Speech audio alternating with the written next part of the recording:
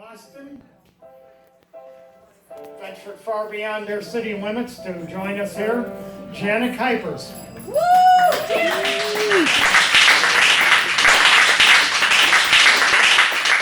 you. And thank you to the person that is resuming Wednesday nights here at the Gallery Cabaret. Thank you, Doc. That is awesome. I'd like to be able to have this back. I think this is the first time poetry is back here at this place, which has had foundations in poetry for decades. So thank you for continuing that. Yes. And hopefully when this is all over, we can take a group photo before the second round, because I would double plus love it. Because I'm in such a 1984 mode. Like Orwell in One of the Elements. Anyway.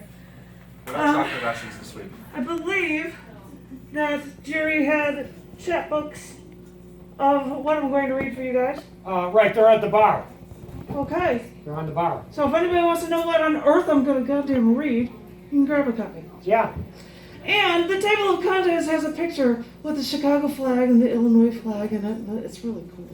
Sorry, I'm a designer, so what can I... Anywho. Music you're going to hear in the background is music from the Hangman of South Africa, Francois Leroux. Because his visa has been banned for 5 years because he was doing music here. And it was like, what? Money. So you're doing it for money? Oh, you're banned. So he couldn't get a visa. So he's living with his wife and child, and they're trying to get their life together. But with that music, you also have some whisking percussion that John added to this. So I hope you enjoy that. And I hope you enjoy the show. Thank you.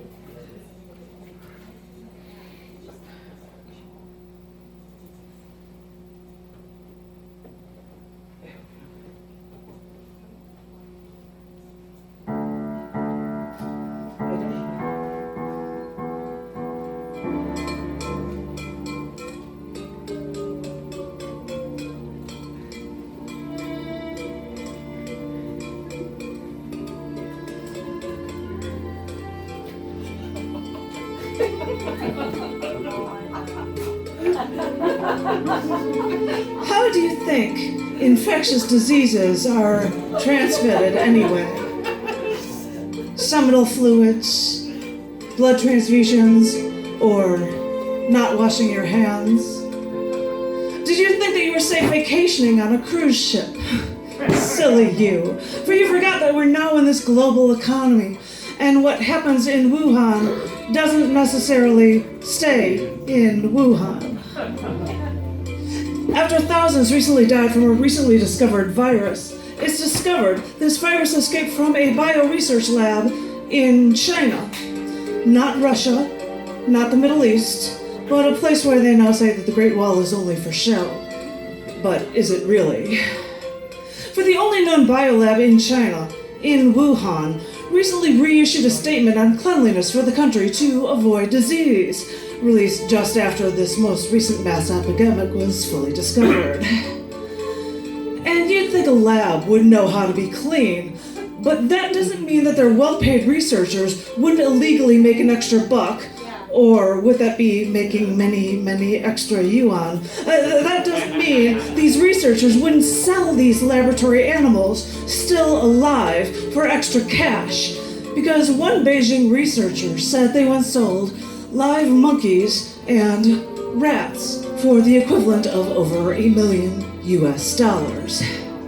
And yes, those precious disease-ridden animals made their way into people's stomachs, and maybe eventually to people working on your cruise ships.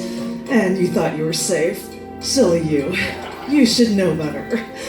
You thought that if you didn't swallow 3 gallons of someone's saliva, you'd remain safe from contracting these infectious diseases. You've been vaccinated. You even go so far as to wash your hands. How noble of you. And you thought that was enough. But as I said, this global economy means it's almost like we're all sharing one giant bed together. We just didn't realize how messy that bed could really be. How messy indeed. Thank you.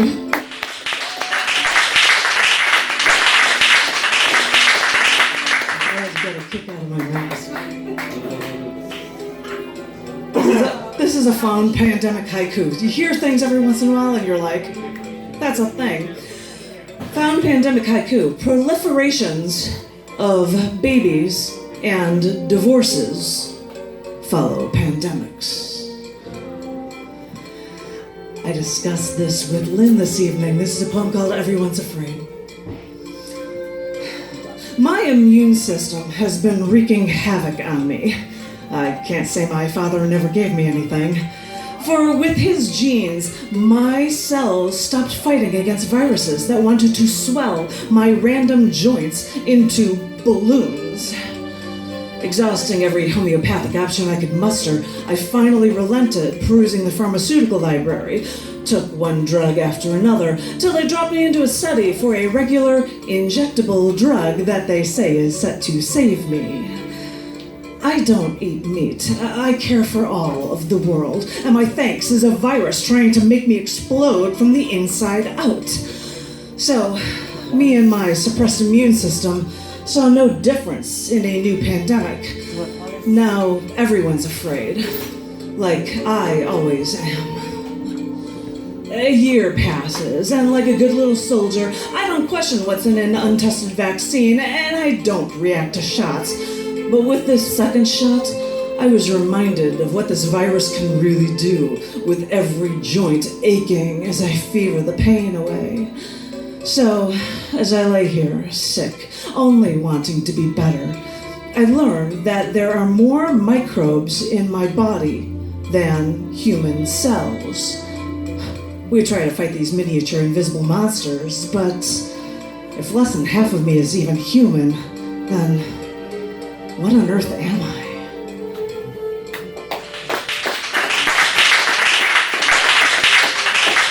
That's enough talking about pandemics and COVIDs and viri for you guys. A gentleman in the UK did a thing where somebody started with a poem and then they asked some other poet, here's the last line of a poem, continue and write something based on it. Had 100, maybe 102 people. I got to be poet 101, one line, and I came up with this, and I love this piece. It's called Out to the Horizon. Driftwood disintegrated out with the tide, like flotsam, wreckage from what we survived. Jetsam drifts to shore while we still also fall in love with the sea, and our essence drifts out toward the horizon, until I find myself lost, wondering where on earth that damn land is. I know, we are 70% water. I can feel like a fish, a dolphin, or even a bird, like an Arctic penguin, porpoising our way through the deepest depths, for water is our essence. Too many times the ocean called out to me, and I dove in, headfirst, swimming out too far, until violent waves came, crashing into me, capsizing me deep into the sea, forcing down my throat an ocean of traumas, past, present, future, until I suddenly wonder if it matters if it rains, treading water. A cyclone, hurricane, typhoon swells inside me, until water overwhelms me. I start randomly swimming, look for land, pick a direction, try to find that edge. They all say that land is vast, but this water seems endless. So I start to panic, and that is when I realize that the edge is right there. Is it dirt? Is it sand? And when I finally get there, I see the wrinkles in your cupped hands, holding that water, holding that world. And now it all suddenly comes flooding back. You saved me again like I saved you before. Our souls intertwined. We've lived for eons, nourishing each other, from climbing the Alps to following Darwin. Arbeit macht frei, rod iron gates rattle in our hands. We shiver together in midnight South Pole winds, make music before the 1 a.m. Arctic aurora borealis. So what if armed guards watched us? Don't cry for me. Throughout the hemispheres, throughout history, we've stepped over those golden bars to emperor rooms. For, as I said, we've lived for eons, nourishing each other. And now it is your turn to hold that water. Let me swim to your hands until I climb out, jump onto your earth, stand. Then you can turn your hands, spill that water, and finally embrace me.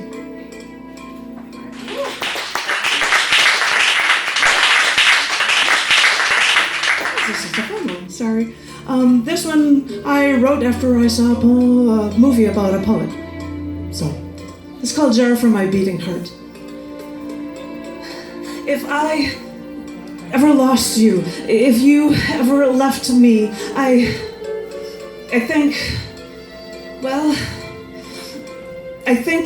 I'd tear my heart out. I think I'd tear my heart out and I'd put it in a glass jar and leave it on a shelf. Wait, no, it'd be ceramic. If I put my heart away like luggage, that jar would have to be ceramic. I wouldn't want to see that heart, so ceramic it is. Because my once beating heart is only baggage on a shelf. But really, I think I tear out my heart and put it away because I see people every day and they all live like they have no heart. And after you're gone, I wouldn't hear my own heart beating anymore. So, after you're gone, what would I need my heart for anyway?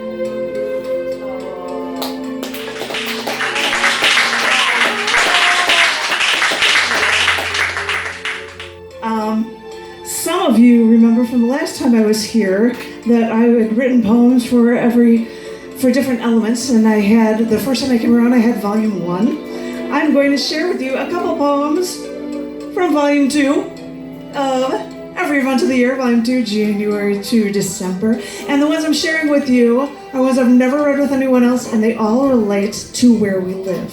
These are all specifically chosen for you guys. This first one was written on the 8th of October for the start of the 1871 Great Chicago Fire, which lasted for 2 days. And for those of you who have the chapbook, have you been distributed? Do you have them? This is important if you have them. If you have the chapbook, you will see a picture of the destruction of the Notre Dame, which is the beginning of this poem. This is called Because of Fire. When we see fire overtake an 850-year-old monument to religion, beauty, history, we are taken aback, helpless, suddenly aghast, at a loss against that primal, silent killer. But we look at candles lit, hear the crackling campfire, we feel the fireplace warmth, and remember why a part of us still loves fire so. At times like this, we must remember that although a mass fire seems only a symbol for death and destruction, maybe after that great fire that took over the only city I love, maybe that destruction only leads to building something bigger, something better, something that made more sense.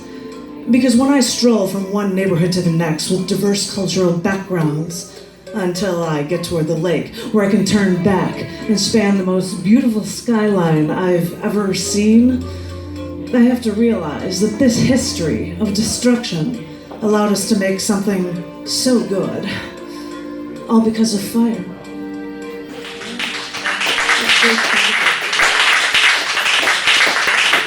Before that one, I had to do one song that I really like, and it's great that I'm doing it right here by the blue line. This was written on the 30th of November for the 1866 date that work began on the first U.S. underwater highway tunnel, and that was in Chicago. This is called Underground History. When I first took the L train into Chicago, I would commute every morning. I would take the Red Line along Lake Michigan for work. But in most of my years, in the only place I would call my home, I was taking the train from O'Hare Airport, taking the blue line. And all these years that I took that train, I always wondered why a small part of that train ride took me underground. But I didn't ask questions. I just took the train and never thought anything of it. I never thought of all that concrete lining our way underground.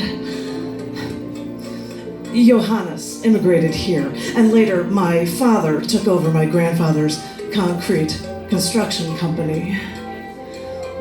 When my father flew us to Las Vegas once, we flew over the Hoover Dam. His only words were, "Look at all that concrete." But over 150 years ago, Chicago started work on their first underwater tunnel under the Chicago River, a tunnel with 1 lane for pedestrians and 2 lanes for horse-drawn carriages. Anyone who knows Chicago now may think this sounds ludicrous, but after the Chicago fire, people looked for something more stable as a form of travel, and underground, away from fire, seemed the way to go. They reversed the Chicago River a decade later, which lowered the water level, exposing the roof of the tunnel, and ships ran aground. So the federal government had to close it down as a safety hazard 6 years later. So to reconstruct, they changed it, added concrete, and after streetcars ran, it was converted to the subway, the underground parts of the L train, us Chicago commuters know. A lot of construction and reconstruction existed in the Chicago rail plans, and a lot of plans were canceled. But it's cool to see that this concrete that runs through my family's veins was part of the making of these underground tunnels that Chicagoans use today. Some people may say that only rural folk are grounded to the dirt of the earth and they feel real roots to the land that we live on. But I beg to differ, because some city folk, like me, can actually feel grounded with the concrete we pour that pulls us in and literally bonds us to this land, both above ground and even below, where we least expect it, to make our lives more complete. This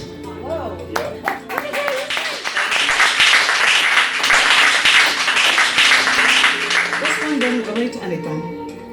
It's not related to a book. I'm just going to share it with you. Hope you like it. It's called Quieting Anechoic Chamber. Once on the job, I had to go into an anechoic chamber. I have to lose the spot. Hold on. Sorry, I'm going to fix the spot. It scanned me to the beginning. Sorry, you're going to have a moment of silence. This is what I get for using technology. Gives me a better chance to be able to do this properly. Quieting Anechoic Chamber. Us tall folks. Once on the job, I had to go into an anechoic chamber to remove a piece of machinery. You see, this room had machinery that would test if something could and would survive in space. They would make this entire room shake violently to see if everything inside stayed together. When that room shakes so violently that there's a ton of noise. So they created this anechoic chamber there. This room had all these devices and slits and shock absorbers inside it so that all the pain just disappeared. This room had all these devices and slits, and this room had no sound. I mean, no sound at all. And I had to go in and remove a piece of equipment there. That work should take about 10 minutes. I didn't know what losing one sense instantly would do. Would you feel lost or panicked? With quieted footfalls, I worked in complete silence until I heard my blood coursing through my veins.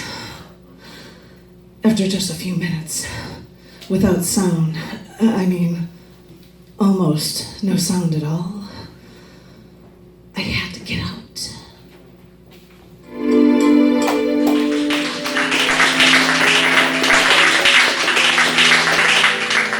I lower that a little for you guys. I just had to lower that for the Anechoic Chamber. That's got to be the craziest idea, right? Having no sound. The next two poems that I'm going to share with you are the first two poems in the Cyberwit Press book of Janet Kuypers' Women's Issues poems, a book of poetry and translations and a bunch more that's titled Shattering the Glass Ceiling, which is why, of course, I had to wear my women's symbol to match my cover. Shattering the Glass Ceiling. It was published this month during Women's History Month, and these are the first two poems in the book. This first one is titled No One Reports for Women. I would like to start this like a news reporter, saying, Dateline, your town here, but news about women's issues is non-existent, which makes women wonder if concerns for women are non-existent too. Recently, I heard reports from multiple women who had been on birth control for 99% of their fertile lives. They contracted the most recent variant of COVID-19. And yes, they got vaccines and booster shots, making COVID-19 like getting a minor cold. But these women noticed a week after recovery, about 2 weeks before their period should arrive, they started spotting, which didn't stop. So after 10 days, they asked around and found that other women were having this trouble with reproductive health too, and no one had researched how to solve it. But really, think about it. Who would have the time to research something when they had to work like mad just to come up with a vaccine on such short notice? No one questions men's fertility after COVID-19 and enough immunization to protect you from this. But maybe the question should be this. After women can now control their reproductive rights, does that mean that after following the government's edicts to protect themselves and inject themselves, they'll still get sick, but, added bonus, they'll bleed daily for it? Because this is exactly the type of problem women don't want to talk about in public, and trust me, this shouldn't be a problem for any woman to ever have to deal with. After women sit alone in their corners with no support for their very personal problems, they don't know that other women are going through this too. And this little level of sympathy may assuage their feelings, but it may amount to only a fleeting gesture to know that they're not alone. For the more you realize how common this may be, the more any rational woman may wonder why something isn't being done to solve what is becoming a real, bloody problem. When many women's solution is to search the internet, they may start to panic when they read reports that birth control may increase blood clots, and COVID-19 may exacerbate that risk further, but, surprise, surprise, more research needs to be done to solve anything for women, and it still doesn't solve the daily bleeding that men are stating is harmless. Fine, but men aren't the ones bleeding every day. So this is beginning to sound more like more of the same. Women think we are in pain and nothing is being done. There may be theories that estrogen and progesterone may play a role in the novel coronavirus. May that explain the COVID-19 reaction differences between feminine me and my masculine husband? But taking estrogen daily, could that affect the vaccine or the virus? Well, it doesn't matter if one doctor after another hears a stack of anecdotal evidence from their patients, because stories aren't proof, and women are still stuck, bleeding, with no way to solve their medical problems. And for men out there who don't want to think about women bleeding, even though they have no problem with the same woman bearing and raising their children, which women have to bleed monthly to make happen, similar stories arise with young women possibly wanting to have children one day, missing their period for 4 months after getting COVID-19, with irregular periods resuming. Although one woman talked to her doctor about it, they assumed it was from COVID-19, but to quote the patient, none seemed too concerned about it.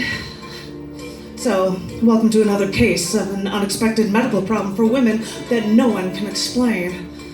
You know, I jokingly said that I'd like to start this story by saying, Dateline, your town here.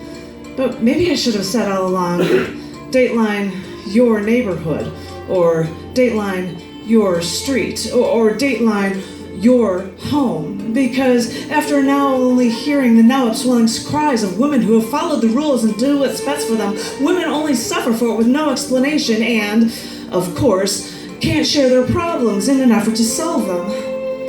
If women could tell their stories, it may only be a stepping stone. But if women did tell their stories, you may only then realize how serious the problems women go through can really be. Thank you.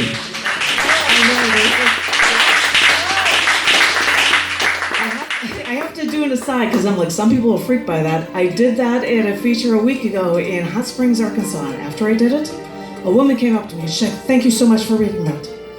I'm 70 years old and I had COVID and my period started again."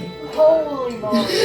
Somebody's like, "Holy moly." I'm like, "What?" She's like, "We don't hear these things. There are these problems that are in, and nobody has an answer or a clue as to what to do about it." And that was why I wanted to share that with you guys. But the next one I'm going to share with you is the second poem in the book, and it is cool because it's about a story in Texas. But it's a nice angry piece, and it is called Like Nothing Ever Happened. In Waco, Texas, a grand jury found enough evidence in the case against a man indicted on 4 counts of sexual assault to send the case to trial. Now, usually, when a grand jury sends a case to trial, that usually means there's enough evidence to convict. But I just heard on the news that instead, he pled no contest to 1 charge of unlawful restraint in return for the dismissal of 4 charges of sexual assault. With this plea deal from this fraternity president rapist who had nothing to offer the state in a plea deal, he gets this lower charge in exchange for counseling, a $400 fine, which is less than a fine for leaving a disabled car to get help, plus 3 years probation. Added bonus, if he stays clean until probation's over, his record would be expunged. This means he wouldn't have to register as a sex offender. It would be like nothing ever happened. This woman was repeatedly raped, strangled, and left for dead, face down in the dirt. She was brought to the hospital where they called the police. There's an enormous amount of evidence. A conviction is almost sure. 4 counts of sexual assault. And they treat it like nothing ever happened. Women think we've shattered the glass ceiling, but we still have to shatter the mentality that women are objects and rape is not a crime. We try to plead our case, but nothing ever happens. Maybe we women have to shatter more than ceilings, but also men's mentality. Maybe we should even shatter a few of your bones the way you shatter our souls with every act of rape. Shattering your bones wouldn't even cross the line you rapists cross with your misogyny and violence. Is that what we're left with? Is that what we have to do? Should we start to get down as low as you to try to start to even the score? If we're so equal, is it not our turn to exact our revenge? Thank you.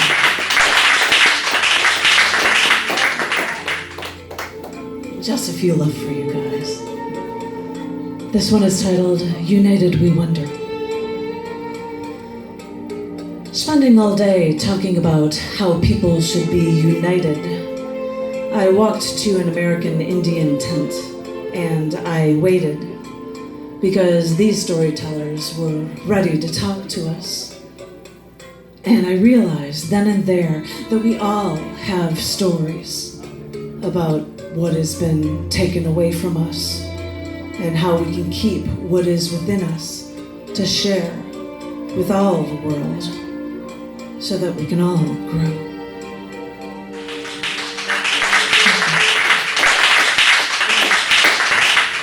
One more eventful, and I told you there's going to be event poems that relate to us here. This one is titled Knew the Word, and it was written on the 2nd of December for the 1818 date that Illinois became the 21st state of the United States. Knew the Word. Did a man from my very distant familial past know what he found discovering this rich land with so much to offer? Did he know what he took from the people who knew this land all too well? Whether he knew or not, we remember those once holders of this sacred land. The Algonquin-speaking tribe natives called to this land knew the word Illinois really meant tribe of superior men. I cannot speak for what any ancestors did to you, but just know that I, personally, hear your words, know your meaning, and will honor this land as if it has always been my own. For to me, Illinois is only my own, which I honor the way you did, as I now honor you.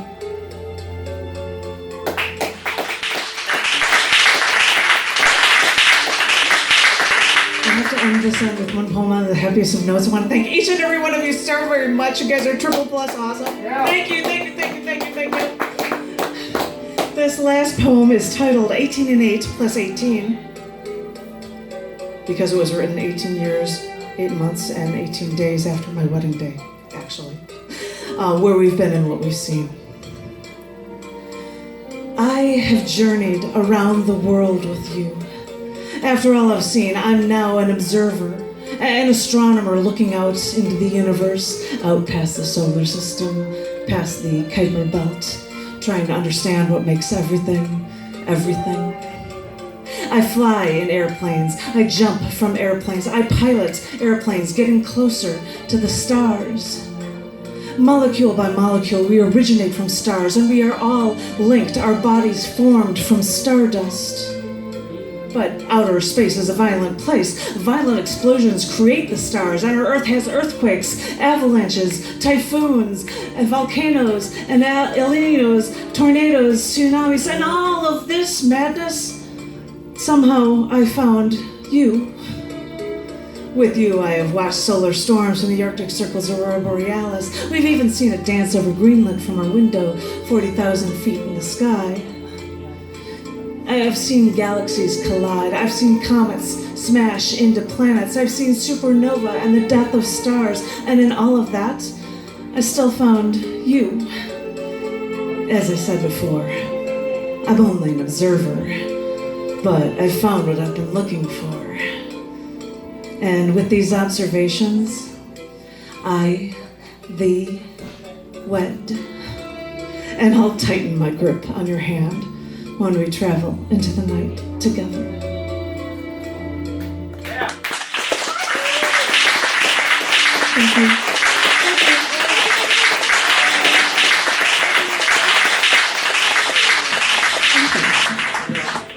Let's hear it for Janet Kuypers. Yes, thanks again for venturing way beyond Austin city limits and joining us tonight. Is there a chance that we could take, before we go into the next round, a group photo while we got all people? In this yucky weather. What do you think? Yes. Yes, she says yes. We'll leave Come on this up. money and let's get a group photo because it's, I'd love it. Everybody'd love it. And thank you. The one and only